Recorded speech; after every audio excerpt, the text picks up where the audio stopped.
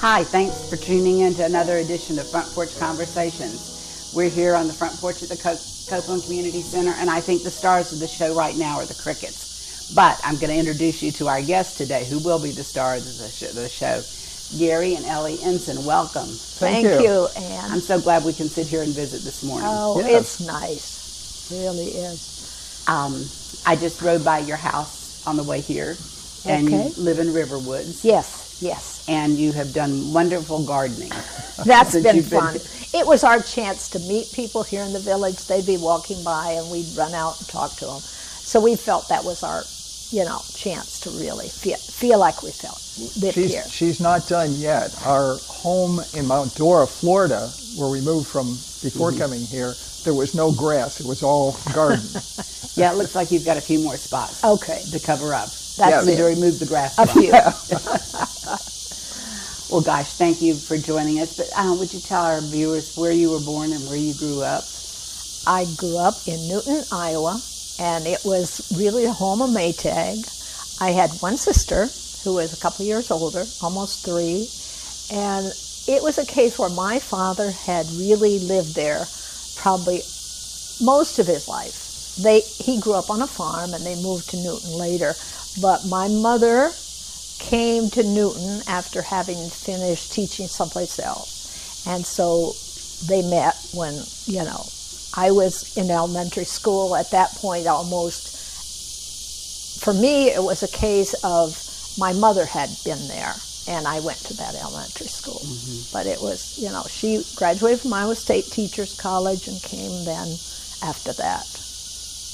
And my father probably, it was a case where he was from a German family, and my mother grew up in northern Iowa in what would have been a Norwegian group of families. And I guess Gary and I used to travel and go up probably to a picnic once a year to see her family, the Norwegians. And it was fun. It really was.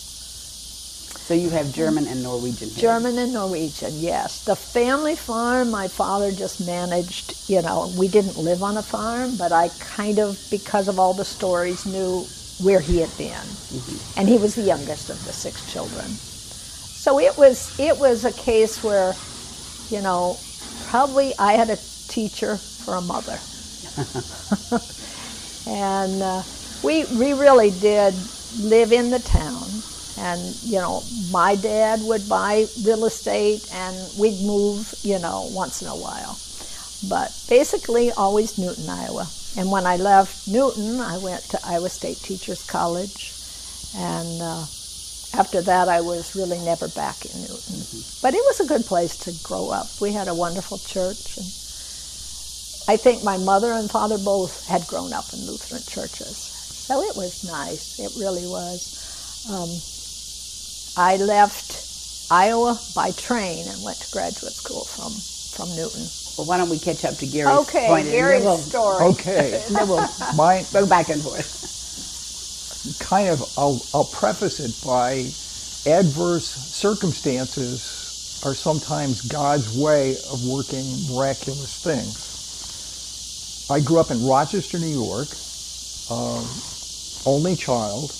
My father worked in a factory, a very large factory, a huge factory.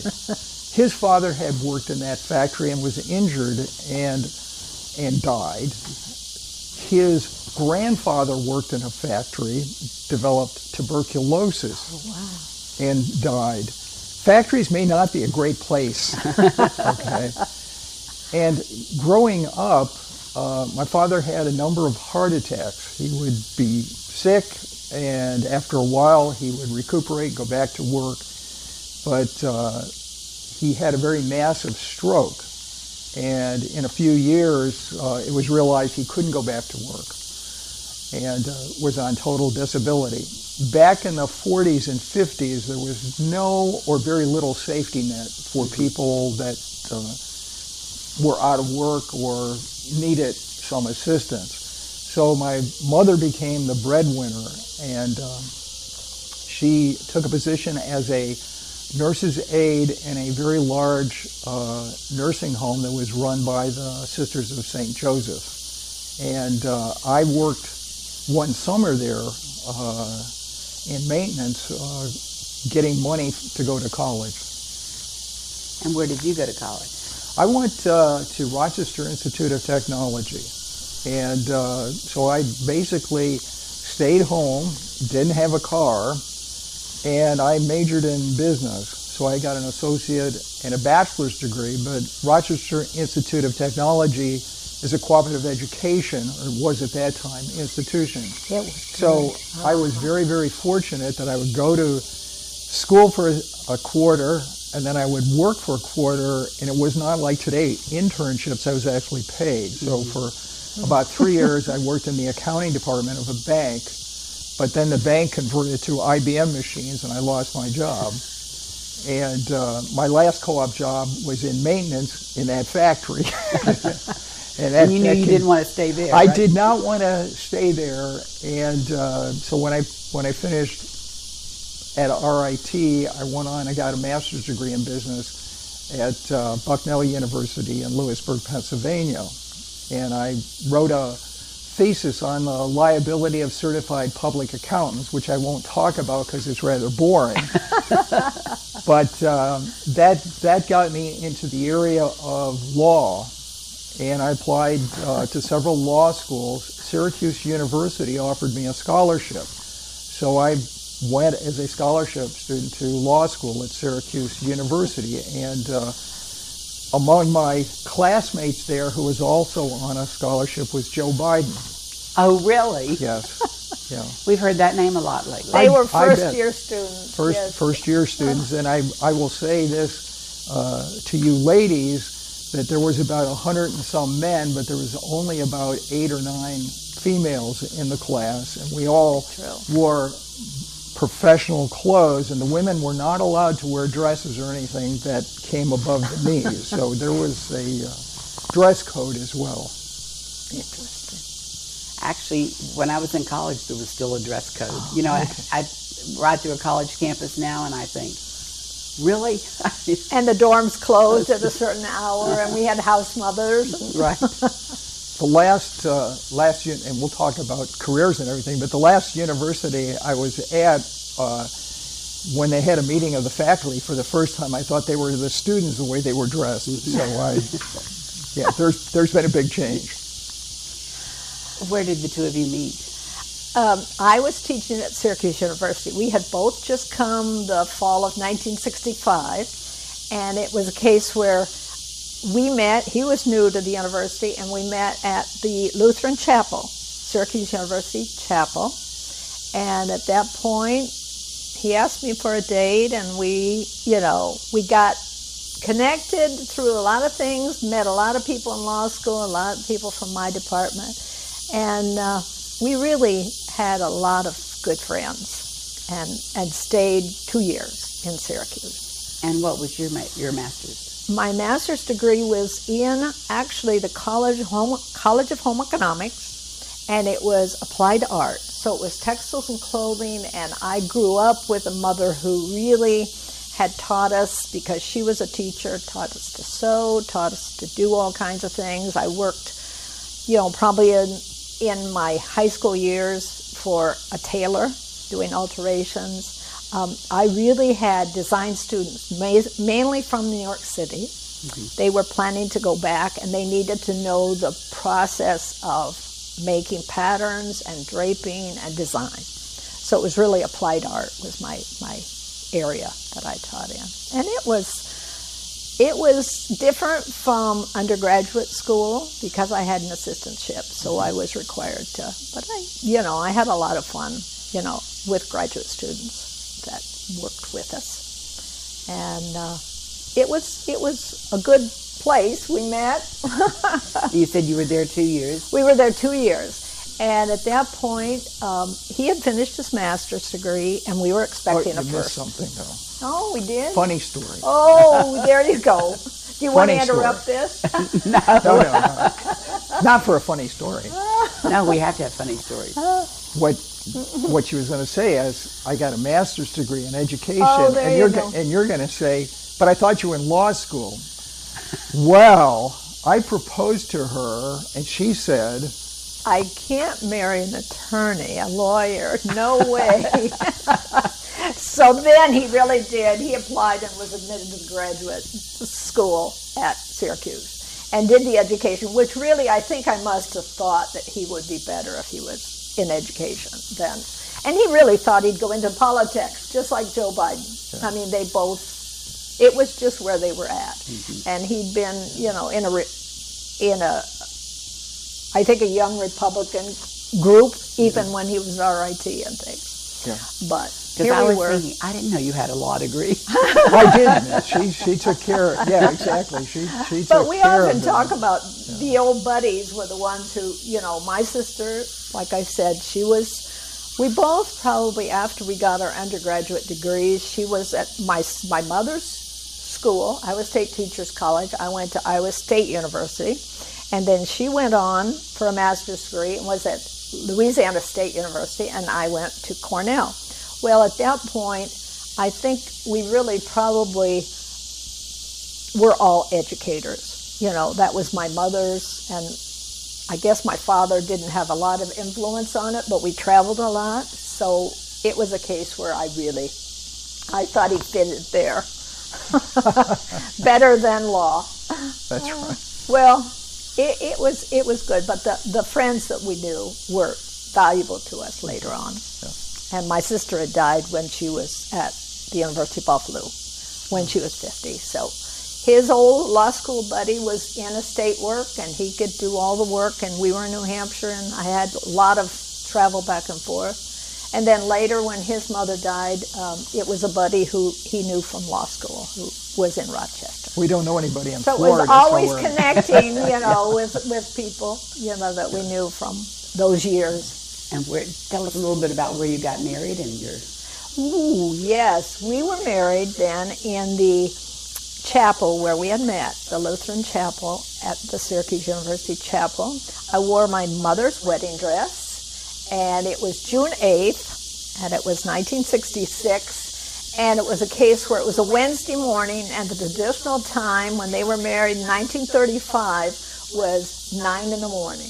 So on Wednesday morning at 9 a.m. was the wedding, and my roommate pretty much did a lot of the work. She was a student, graduate student, and it was just easy, and then we went on a honeymoon, and we're back working, you know. But basically, it was a nice small wedding.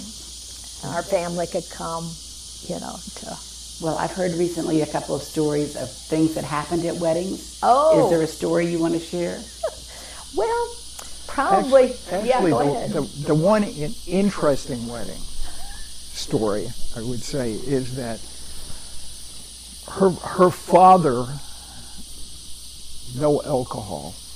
So we had fruit cocktails for our breakfast wedding and not champagne cocktails. So. Well. But we enjoyed our time in Syracuse. Between finishing my degree at Bucknell in business and finishing a master's degree at Syracuse in education, I had 2 summer interns in cost engineering, one at Eastman Kodak, another at IBM. So I was pretty much aware of what professional jobs were available. But then I mentioned in the beginning how God works, and one of my teachers at Syracuse was also a full-time classroom teacher teaching high school. Oh. And he was going to have an operation in the fall, and he said, "Would you do your student teaching with me?" And I said, "Ed, of course I would. I'm more than happy to do that." He said, "I'll be there for the first 3 days, and after that, you're on your own." And I said, "Hey, I've already got a master's degree. I know, you know, the subject and everything, so we're fine." And he said, "And you're going to get paid for it." So my student teaching was a paid semester. And that, plus Ellie, really convinced me that I wanted to do teaching. When we finished up, her semester ended, I had an opportunity to get a position teaching college at several institutions. We were expecting our first child, a son, that September. So we took a drive around. We looked at a few schools, and we decided St. Louis, Missouri would be a good place to live. So That's a little drive from... that is from Syracuse, but by way of a few places through the Midwest, and I taught business courses at the Urban Community College of the St. Louis Community College system, and we lived in Kirkwood, which was a suburb, and in 3 years we had 2 sons, and we lived in 3 rentals, and we bought a house. And Ellie was in the process of doing some work in the kitchen when her water broke. Oh, no. And she was on a ladder we were painting. We were always fixing houses. Yeah. You'll hear more about it as we moved along. Oh, my goodness. But that house and fixing it up provided the funds for me to go back to school and get a PhD at the University of Michigan. And so you were in Ann Arbor then? So we were in Ann Arbor. Yep, we were there for 2 years and studied a lot of research, and I wrote my dissertation. So I had a lot of graduate work and experience before, so it was a case where I could use all those credits. Plus I had taken some courses at St. Louis University. So it made things go quickly. I'm sure family would have thought we were crazy. You know, we were 2 little babies, literally less than 3 years old, and starting out with no income. But so tell me, what was the title of your dissertation? Oh, it had nothing to do with accountants or law. Okay. Basically, in one sense, it was politics, and the politics are these: the New York State has a community college system, and each community has these. So there's almost 50 of them, or there was at the time. And who asserts the most control on their curriculum, on the faculty, and everything? So it was studying the external influence on colleges in their administrative and educational decision making. So part of it was a survey, and then I went out and I interviewed administrators in about 15 colleges around the state. And I had a very small grant that paid for, I guess, our gasoline and for Ellie. I insisted I was not going on that kids. trip with our 2 children. And however, it didn't pay for all the Pampers. Well, somehow we both were committed to what we were doing, and we were supporting one another. And I think all of our moves had been that way. Yes. The only downside of it, Anne, was that when I left Syracuse in 1967, colleges literally were opening up, even 4-year schools. Oh. And when you think about it here in Florida, Florida International was at the time only an upper division, wasn't a lower division. It was brand new, and actually the president there had been a student at the institution where I got my PhD. So, all these things were happening. Well, in 1972, if you remember, and some of your listeners will, that was not a very good year for America. No. Okay, and the word recession was used a lot. I don't remember if it was truly a recession. I just know that the number of positions available in almost any field was next to nothing. So I had a couple interviews, and it didn't look like it was really going to go very far, and we're getting closer and closer to all the money is gone. What are we going to do? Do we move to Iowa with her parents and bring the kids, or do we go to my mom's house, which at that time I think she was maybe in an apartment? That didn't seem good. And the Lord all of a sudden said, okay, here's 2 jobs. And it was interviewed back to back. And I won't name the one institution, but it was a case where God gives us a choice. And here's a job that pays really, really well.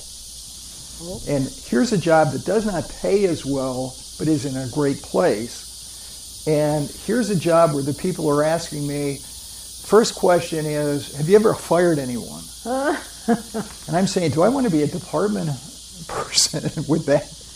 Well, the end of the story was that he chose the University of New Hampshire, and we lived there for 16 years. And it was the ideal place. The kids, we actually bought a house. My sister loaned us $2,900 to buy a $29,000 house in faculty development. And it was really a case where it was really all the neighbors we knew, and the children could, run around, and the schools were really good. Lots of activities as they were growing up. And then I guess we always thought it was fun, even when we were first married, to collect a few antiques as we traveled. And so I said, we may not stay here. We'd moved so many times. It was time to buy a nice antique house. So we found an old house built in 1740. That's old. And of course, That's old. That was, going to be, and it was 3 miles from the university, but it was going to be fun. 6 fireplaces. It was fun. No central heating. Yeah. But it was a change of, it was still within the same school system. And, he could get to the university. But it was a case where in town it was perfect because the kids just rode their bikes. Our little 4-year-old would ride his bike to nursery school right down the road. I mean, he could walk to work. It was a really nice, and there were lots of nice trips up to Maine. New Hampshire was, easy to go to the ocean. So it was fun. We really liked it there. We had a great time. It was a super place to raise kids. The environment was great. The university had all the extra things that you could ask for. I mean, we think of the Copeland Center. Mm-hmm. They had fitness centers. They had bowling alleys. And of course, the student population back then in the 70s, was about half of what it is today. Now it's a totally different place. For us, though, it was a case where I worked at home a little, and then I had 2 or 3 different things that I did while we were in New Hampshire. I worked at the New England Municipal Center's home office was there. I had an antique shop. I bought a couple houses by accident, quite frankly. I thought my dad might come and live in one, and it was a case where I always found things to do.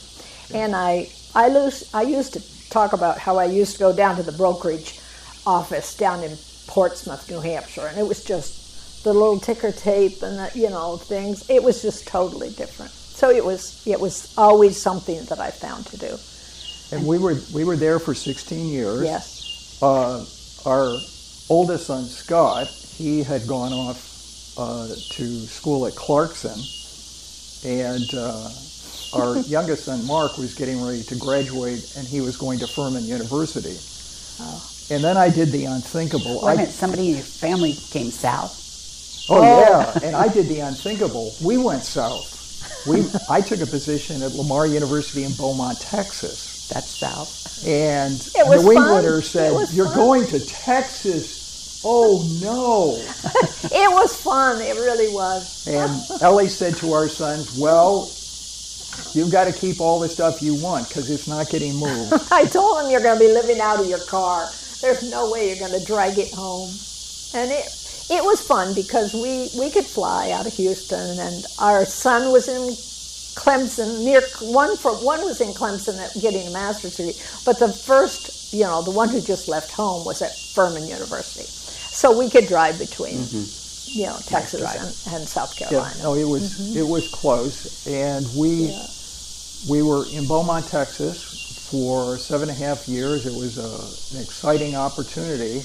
But then one more move we decided. Oh, one more challenge. We won't tell you about the rehab house we had in Beaumont, but that was another old one.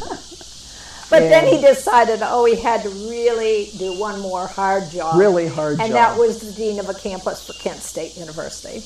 And we were at their Ashtabula campus, lived across the street, of course, and it was, it was 5.5 years. And then at that point, health issues, we said, think about retiring, and we did. We moved to Mount Dora, Florida, thought we'd stay there as retirement, and it was a case where we still didn't think it was a retirement community. It was just our average, and it was, town. Our sons one is in Boston, in Concord, Massachusetts, has his own business. Our one grandson was now getting ready for college and almost finished at that point. So we got to go between Ohio and Boston.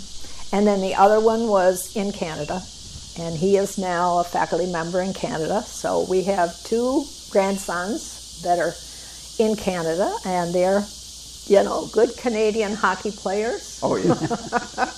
Have a good time. You know, we've traveled all the time, and it was always a 5,000-mile trip to travel. Right. So we would, you know, probably.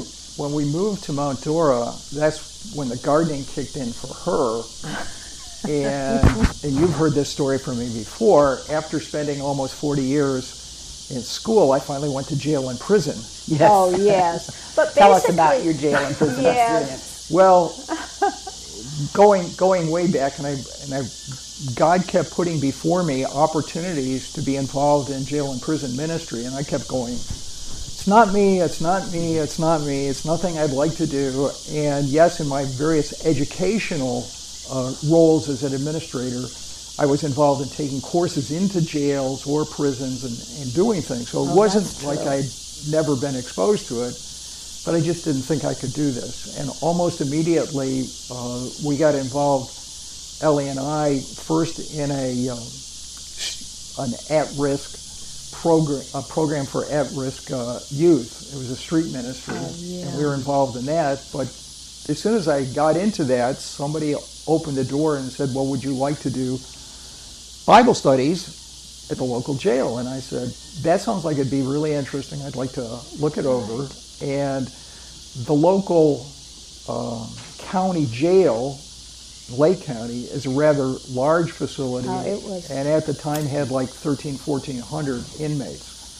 So Good News Jail and Prison Ministry, which is an organization, international as well as nationally, had provided the chaplain there at no cost to the county. And the chaplain depended obviously on volunteers to do church services and that. So it was a good I began doing that in January of 2002, and up until, I guess, 2 weeks before we came here, I was still doing it, and served on his board as chair for the chaplain's board for a number of years, plus doing various positions in the local church. That's why he didn't want to come. When I told him, well, there's a house up here in the village, and we had stopped on our way to Boston once, and he said, no, I can't give that up, he says. It's in the country. I prevailed, and we ended up here, and we came the night before, bought the house here in Riverwoods, and went home, saw the one house. You don't have to see a lot to enjoy it here, you know, whenever. And I think probably the one real benefit for most people, I really say that the village provides an opportunity, no matter where you come from, where you've lived, what your financial situation is, you can find a place here at the village that will make you a wonderful home. You will love it. The people are friendly. It's just been so good. And all the other things that we said, well, our kids aren't going to take care of us. We have sons and grandsons, so we really needed to be where there'd be facilities so that we could say someday, yes. And I told him, I said, I'm going to be too old to make this last move. So we said, okay. Right away I wound up getting involved in the prison ministry here. So God had a plan. Yes. And I'll tell you what, we have come to the end of our time for this conversation. Well, this has been great. fun. But there's always more to the story, so tune in for another time, right? Thank you all so much today for tuning in, and look forward to seeing you at another Front Porch Conversation.